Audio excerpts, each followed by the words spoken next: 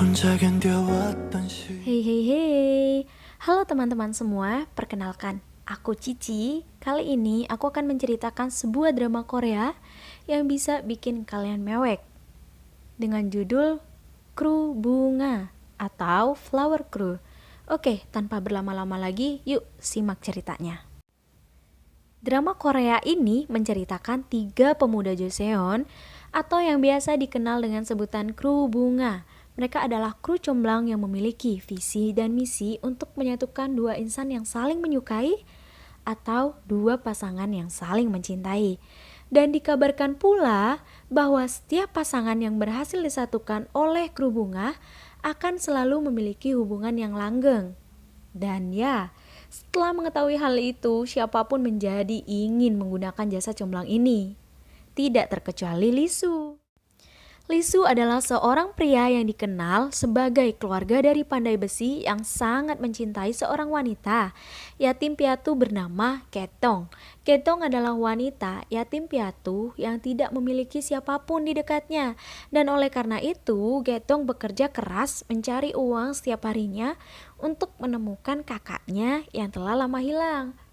Balik lagi ke Lisu, Lisu ini tinggal berdua sama ayahnya. Terus Lisu bilang sama ayahnya bahwa dia ingin menikahi Ketong dengan perantara kru bunga. Lalu ayahnya pun mengiyakan niatnya. Selang beberapa hari, si Lisu ini tuh datengin para kru bunga untuk meminta bantuan mereka atas niat hatinya menikahi Ketong.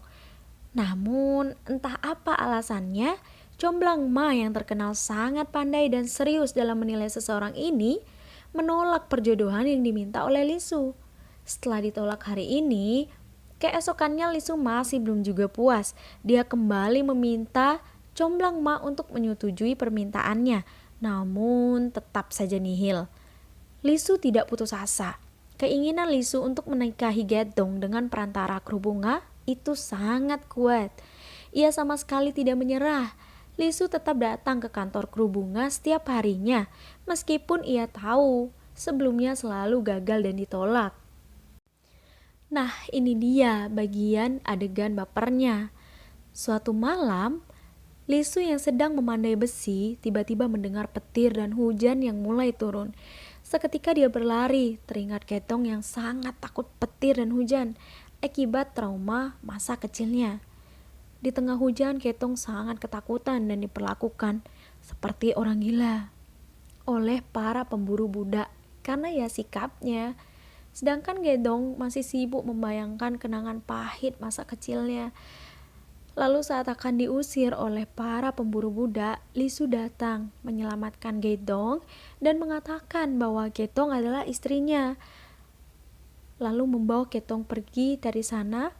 Setelah sampai di suatu tempat, Lisu melihat Ketong menyeret satu kakinya yang terlihat seperti kesakitan. Lalu Lisu menggendong Ketong dan menghibur Ketong, mengatakan bahwa Ketong adalah wanita yang sangat cantik. Lalu sembari bergumam, Lisu berkata bahwa ia akan menikahinya layaknya para bangsawan. Namun si cantik Ketong malah tertidur di punggung Lisu. Dia tidak mendengar gumaman Lisu dan Lisu pun akhirnya mengantarnya untuk pulang. Lanjut cerita, suatu hari karena Lisu mengira Comblang Ma menolaknya karena uang, lalu Lisu mengeluarkan harta satu-satunya yang ia miliki saat ibunya masih hidup, yaitu tusuk konde naga emas giok. Biasanya ini tuh tusuk konde yang hanya dipakai ratu. Lisu berharap dapat menggerakkan hati Comblang Ma agar dia merasa kasihan padanya. Dan ya, akhirnya kru bunga sepakat untuk mencomblangkan Lisu dan Ketong. Namun alasannya bukan karena uang. Dia penasaran mengapa Lisu bisa memiliki tusuk konde naga emas yang hanya bisa digunakan oleh ratu. Namun Comblang Ma berusaha tetap berpikir positif tentang hal itu. Setelah menyetujui permintaan Lisu, Comblang Ma, Comblang Jun, dan Comblang Su lakukan investigasi pertama sebagai bentuk SOP dari peraturan kru bunga. Pertama-tama Comblang Ma bertanya siapa Ketong untuk melaksanakan taktik pencomblangan. Lalu Lisu memberitahukan ciri-ciri Ketong kepada Comblang Ma, karena memang Dalam hal ini, Comblang malah yang bertugas dalam menyelidiki dan menganalisa. Ya, karena kepandaiannya. Ketong membantu pekerjaan di toko ikan setiap tanggal 1, jelas Lisu.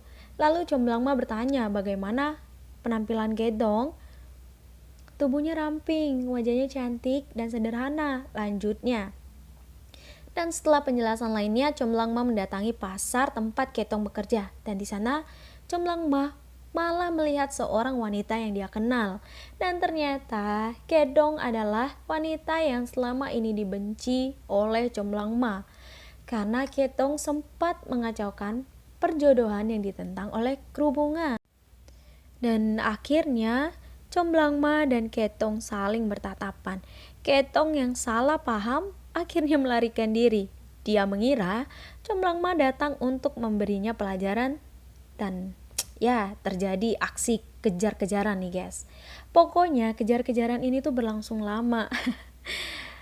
Sampai akhirnya Ketong terpojok di jalan buntu.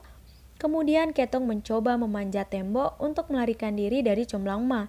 Di sana Comblang Ma masih sempat mengatakan bahwa dia datang bukan untuk menangkapnya dan mengulurkan tangannya untuk membantu Ketong turun. Namun Ketong di sana tidak percaya. Terus si Comblang Ma malah salah ngucapin kata.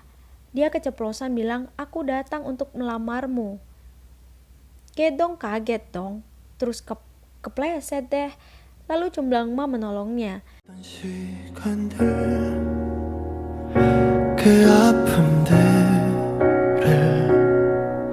감싸 안아줄게 with you 아이 같은 너의 두 눈을 가만히 바라볼 때 feel you Dan di sanalah nih teman-teman munculnya feel antara mereka berdua dan bersambung. Cukup segitu dulu ya cerita dari Cici. Sampai ketemu di episode kedua. Oh ya, jangan lupa like, share, dan komen kalau kalian suka. Bye-bye.